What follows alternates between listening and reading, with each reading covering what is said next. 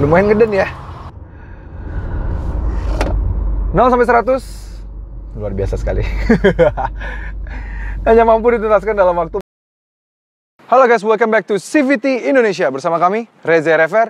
Di sebelah kami adalah sebuah Wuling Alphest, yang mana mobil yang diluncurkan pada saat pagelaran IMS yang lalu. Kita udah pernah bahas ya, waktu itu desain seperti apa, fitur-fiturnya apa aja, dan bahkan kita adu juga sama fellow Chinese SUV, si Chery Omoda waktu itu. Nah, Wuling Alphest ini menawarkan banyak banget fitur, value for money-nya juga sangat tinggi, membuat mobil ini itu sepertinya kemarin menjadi salah satu favorit di booth-nya Wuling, dan terutama menjadi salah satu favorit dari antara SUV-SUV China. Karena ditawarkan dari mulai harga 200 jutaan awal hingga mentoknya paling tinggi masih di bawah 300 juta, masih 295 juta. Mobil ini menawarkan banyak sekali. So, tanpa berlama-lama, ini dia CVT Review Wuling Alphest.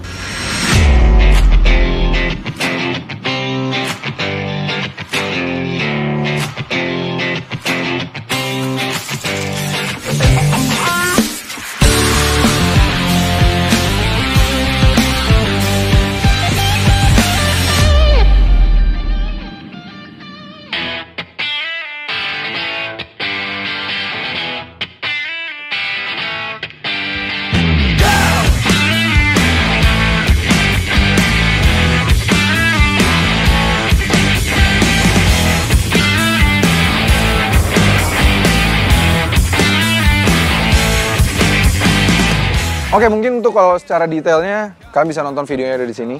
Itu Jason udah bahas secara detail apa aja sih yang dimiliki dari si Wuling Alphest ini, dan bahkan kita juga ada adu ya. Kalian bisa nonton di sini. Paling ada beberapa hal yang catch our attention dari si Wuling Alphest ini. Yang paling pertama yaitu adalah harganya. Ya, harganya memang sangat luar biasa banget ya. Dia dihargai mulai dari 200 jutaan kecil sampai paling tinggi hanya di 295 juta, which is sebelah kami ini. Dan yang paling tingginya ini sudah dilengkapi dengan fitur-fitur yang sangat banyak banget. Mulai dari lampunya sudah LED, DRL, desain bagus, detail yang bagus banget ini. Terus juga ya 16 inci velgnya, dual tone, sunroof. Terus juga dia dual tone juga ini catnya, warnanya gitu ya. Bagus banget, jadi sudah sangat lengkap. Dan tambah lagi pada bagian interior dia juga sudah dilengkapi dengan EPB, electric parking brake. Terus juga auto hold, adaptive cruise control, fitur-fiturnya lengkap banget. Head unitnya juga sudah cukup besar, walaupun memang belum dilengkapi dengan Apple CarPlay atau Android Auto, tapi dia juga sudah dilengkapi dengan WIN atau Wuling Indonesia Command, yang bikin kita bisa seperti ini nih. Halo Wuling. Halo. Buka jendela kanan. Oke, membuka jendela kanan. Halo Wuling. Halo. Tutup jendela kiri. Oke, menutup jendela kiri. leather seats lah segala macam, membuat harga 295 juta itu worth it banget gitu. Nah, yang paling catch attention lagi dari mobil ini adalah bagian mesinnya. Kenapa begitu? Kita lihat mesinnya. Oke, ini dia mesinnya. Mesinnya dia pakai mesin yang sama dengan Wuling Convero. Dia kodenya di N15A. Ya, kalau M tuh nanti punya tetangga ya. Kalau M15A, ini N15A. Dia ada ini tulisannya PTEC. Jadi ini PTEC Kikin. Tenaganya ini 105 horsepower dan torsinya di 143 Nm. Yang kami catch attention tuh bukan tenaganya mungkin ya standar lah ya. Tapi yang unik adalah sekarang ini adalah mesin Wuling Convero, tapi di Wuling Convero dia tidak ada yang dikawinkan dengan transmisi otomatis. Mentok-mentok hanya dikawinkan dengan transmisi otomatis yang manual yang tanpa kopling. Nah, sedangkan di mobil ini opsi transmisinya adalah 6 percepatan dan juga CVT gitu. Nah, makanya kami penasaran banget sama mesinnya, rasa berkendara seperti apa dengan mobil mesin Wuling Convero dikawinkan dengan transmisi CVT. Seperti apa rasa berkendara? Langsung aja yuk, tanpa lama-lama kita cobain rasa berkendara dari mobil ini. Let's go! Oke, sekarang kita udah kasih kesempatan sama Wuling untuk merasakan rasa berkendara dari Wuling Alphest ini. Ini sekarang udah di jalan raya ya. Waktu itu kan terbatas banget waktu di ajang IMS, masih di jalan terbatas, konblok gitu ya. Sekarang kita ngerasain rasa berkendaranya.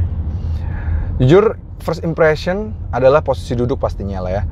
Mobil ini tuh punya dashboard yang layoutnya rendah banget gitu. Satu sisi ada hal bagusnya, yaitu adalah visibilitas jelas banget ke depan. Kita bisa melihat engine hood ke depan, kelihatan ujungnya. Dan juga pada kaca belakang juga bisa kita lihat dengan baik. Jadi visibilitas tuh enak gitu, kita rasanya commanding gitu. Karena even kita set paling bawah pun kita masih jauh lebih tinggi dibandingkan dengan dashboardnya gitu. Rasanya tuh commanding gitu. Tapi for some orang yang nggak suka sama posisi duduk gini, mungkin ini bukan preference kalian, karena pastinya ini posisi duduknya udah paling rendah ya, udah pakai height adjuster yang paling low, tapi tetap aja ini posisi dada kami aja masih lebih tinggi dibandingkan dengan ujung dari speedometernya gitu. Jadi ini masih lebih tinggi gitu, nggak bisa.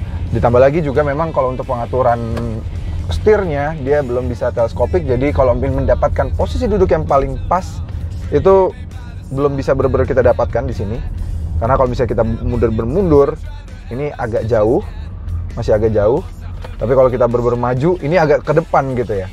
Karena secara jengkal dia sebenarnya udah 1 jengkal lebih maju dibandingkan dengan dashboardnya, which is bagus. Biasanya itu teleskopik membuat jarak setir dengan dashboard itu 1 jengkal. Nah ini udah 1 jengkal. Jadi kalau kalian yang kemajuan, nah ini agak terlalu dekat gitu ya. Tapi kalau kalian kemunduran, rasanya terlalu mundur juga rasanya gitu. Nah, bagaimana impresi dari mesinnya? Mesinnya kalau diperhatikan memang dia mesin yang digunakan di Wuling Convero ya. Mirip dia secara bloknya juga mirip, kodenya juga mirip gitu. Jadi ini memang karakter mesinnya juga mirip dengan dikawinkan dengan transmisi yang memang beda. Tapi kalau di Convero kan varian paling otomatisnya aja yang e-manual itu ya, pakai manual tapi tanpa kopling gitu. Nah, di sini ada yang transmisi CVT. Nah, gimana transmisi CVT-nya? Ya memang karakter dari CVT itu memang agak ngeden ya. Kalau di tuas transmisinya di D gitu. Dia bukan yang powerful, bukan yang bertenaga banget gitu ya. Dia masih ada ngedennya dulu kalau kita kick down pertama.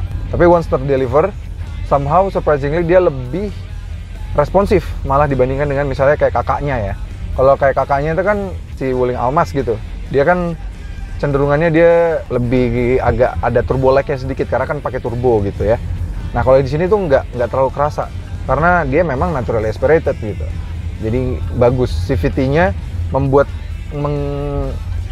tenaganya jadi agak gereng gitu kan, gitu. Nah tapi bagusnya at certain point bisa mendapatkan torsi maksimum yang lebih cepat gitu.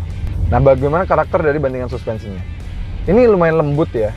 Dia bagus, nyaman banget, dan kalau misalnya kita belok cepat seperti ini, gitu ya.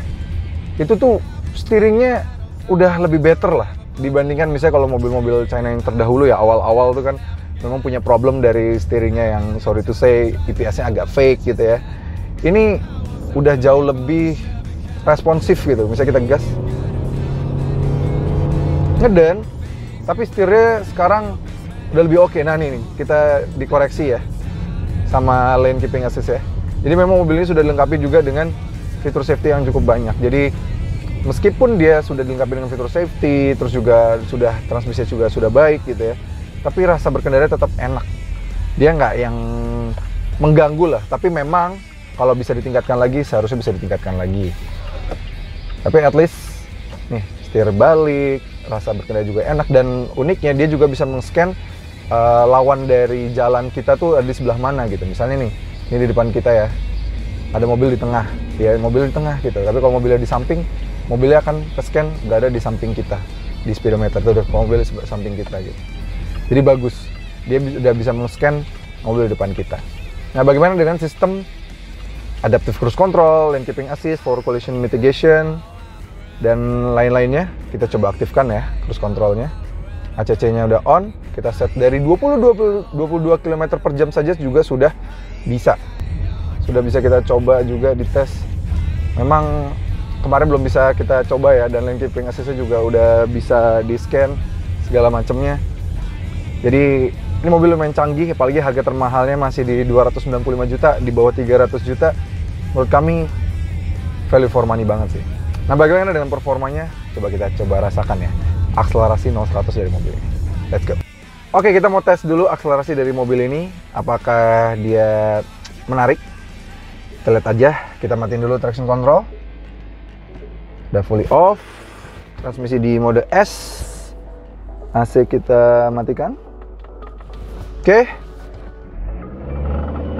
Injak rem dan go.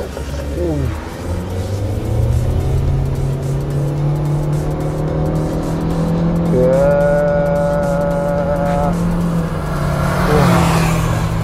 Lumayan ngeden ya. 0 sampai 100 luar biasa sekali. Hanya mampu dituntaskan dalam waktu 14,81 detik saja. Wah, itu kurang cepat ya kalau dibandingkan dengan rival-rivalnya.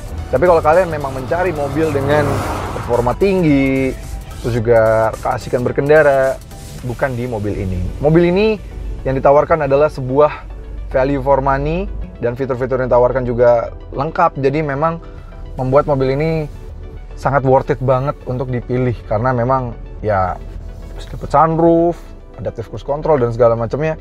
Menurut kami sudah sangat baik sekali lah kalau dibandingkan dengan beberapa rivalnya. Tapi kalau mencari keasikan berkendara ya bukan ke mobil ini.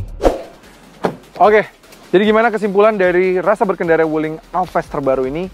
Ya bisa disimpulkan memang ya kalau kalian mencari rasa kesenangan berkendara dari sebuah SUV compact, mungkin tidak bisa didapatkan di Wuling Alphest ini. Tapi yang ditawarkan dari Wuling Alphest ini adalah sebuah value for money. Teknologi yang biasanya bisa didapatkan dari varian-varian tertinggi yang harganya di 400 jutaan, 500 jutaan seperti misalnya adaptive cruise control dan kawan-kawan itu, sekarang sudah bisa didapatkan dari harga di bawah 300 juta.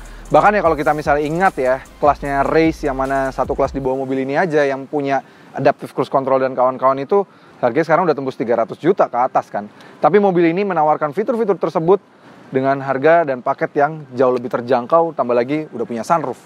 Kelasnya WRV sama Race kan belum ada yang punya sunroof gitu ya. Ada sih Sonet, tapi harganya kan juga ya mendekati 400 gitu. Jadi ini menawarkan value for money dan juga teknologi yang tidak biasanya dimiliki mobil-mobil dengan harga 200 jutaan. Jadi kalau kalian mencari sebuah compact SUV yang value for money, mobil ini bisa jadi pilihan buat kalian. Oke CVT, terima kasih sudah menonton. Jangan lupa like video ini, subscribe ke channel YouTube CVT Indonesia, dan nyalakan lonceng notifikasi. Dan kalau misalnya kalian mencari mobil-mobil dengan range value for money yang lebih baik, kalian bisa mencarinya melalui mybcaf.uscar di Instagramnya mereka. Banyak banget pilihan mobil bekas berkualitas yang sudah diverifikasi oleh BCA Finance, yang mana di sana bisa menjadi pilihan kalian untuk berpergian dan juga pilihan mobil impian kalian, karena bisa dibantu dengan jasa leasing dari BCA Finance. Karena semua akan bekas pada waktunya. Oke CVTs, terima kasih sudah menonton. Sampai ketemu lagi di video berikutnya.